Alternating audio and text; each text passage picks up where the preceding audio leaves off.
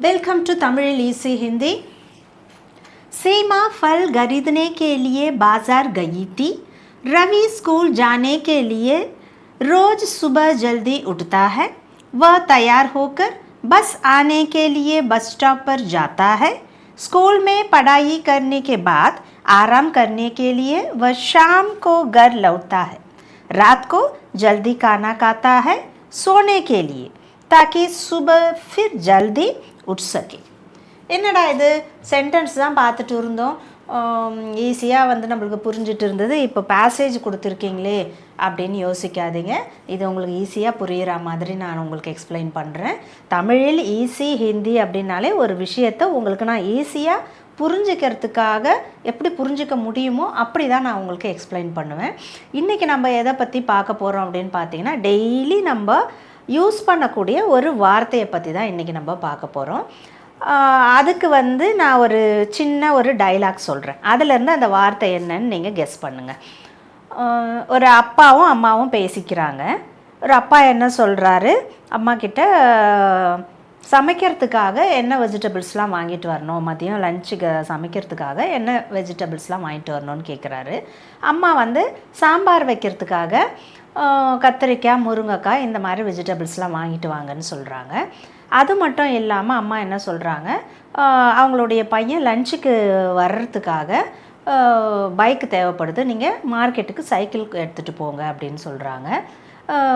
அதுக்கப்புறம் இன்னொரு வார்த்தையும் சொல்கிறாங்க, நைட் அவன் சீக்கிரம் வந்துட்டான்னா நான் சீக்கிரம் தூங்குவேன், மார்னிங் வந்து மறுநாள் காலையில் நான் ஆஃபீஸ் போகிறதுக்காக சீக்கிரம் எழுந்திருக்கணும், அவன் சீக்கிரம் வந்துட்டா நல்லாயிருக்கும் அப்படின்னு சொல்கிறாங்க. ஓகே, இந்த டைலாக்ல ஒரே ஒரு வார்த்தையை நான் திருப்பி திருப்பி சொல்லியிருக்கேன், நம்ம யூஸ் பண்ணியிருக்கோம். அது என்ன வார்த்தைன்னு சொல்லிட்டு கெஸ் பண்ணுங்க பார்க்கலாம்.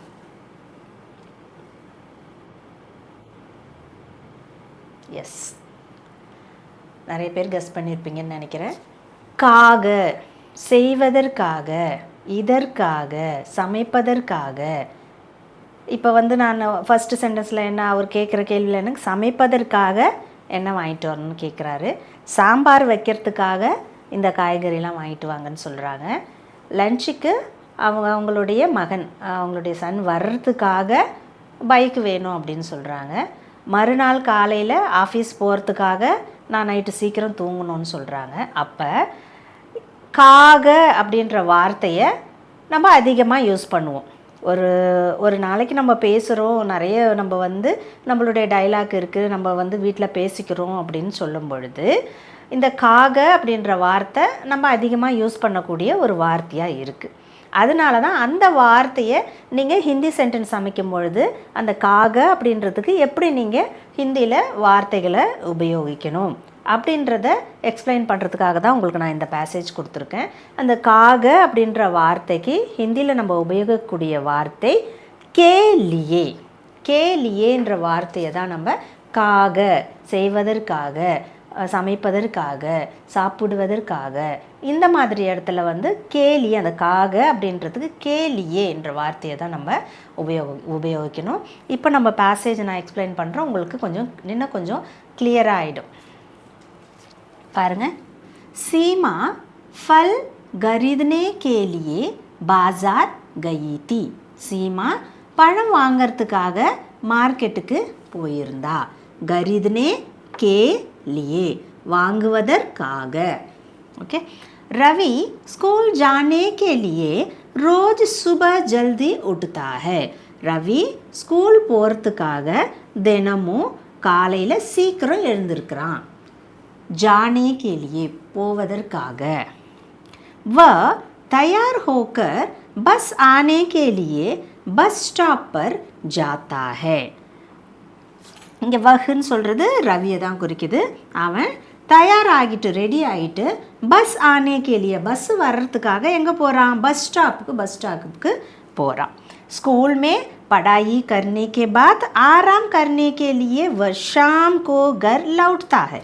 ஸ்கூலில் போய் படித்து முடிச்சுட்டு படாயி கர்னேக்கே பாத், படித்து முடித்த பிறகு ஆராம் கர்னேக்கே லியே, ரெஸ்ட் எடுக்கிறதுக்காக, எல்லோரும் ஸ்கூலுக்கு போயிட்டு வீட்டுக்கு தானே ஈவினிங் வருவோம், ஓய்வு எடுப்பதற்காக அவன் ஈவினிங் வீட்டுக்கு திரும்பி வரான். रात को जल्दी खाना खाता है सोने के लिए நைட்டு சீக்கிரம் சாப்பிட்றான் எதுக்காக सोने के लिए தூங்குவதற்காக ताकि सुबह फिर जल्दी उठ सके அப்போ தான் காலையில் சீக்கிரம் எழுந்திருக்க முடியும் இப்போ இந்த பேசேஜில் பார்த்தீங்கன்னா எது எதெல்லாம் நம்ம காக யூஸ் பண்ணியிருக்கோம் பாருங்கள் கரீதனே के लिए வாங்குவதற்காக நெக்ஸ்ட்டு जाने के लिए போவதற்காக ஆனே के लिए வருவதற்காக நெக்ஸ்ட் எங்கே पढ़ाई करने के बाद आराम करने के लिए ஓய்வு எடுப்பதற்காக லாஸ்ட் இங்கே பாருங்கள் சோனே கேலியே தூங்குவதற்காக இந்த மாதிரி ஒரு செயலை செய்வதற்காக அப்படின்னு சொல்லும் பொழுது அந்த கேலியே இந்த வார்த்தையை யூஸ் பண்ணலாம் இது மட்டும் இல்லாமல் அவனுக்காக அவளுக்காக இந்த மாதிரி இடத்துல வந்து உஸ்கேலியே இந்த வார்த்தையை யூஸ் பண்ணலாம் அவருக்காக அந்த மாதிரி இடத்துல உன்கேலியே இந்த வார்த்தையை யூஸ் பண்ணலாம் உங்களுக்கு இந்த பேசேஜ் இன்றைக்கி கொஞ்சம் கிளியராக இருக்கும்னு நினைக்கிறேன் இந்த மாதிரி ஒரு பேசேஜோ இல்லை ஒரு சிம்பிள் சென்டென்ஸோ நீங்கள் கேலியேவை யூஸ் பண்ணி ப்ராக்டிஸ் பண்ணி பாருங்கள்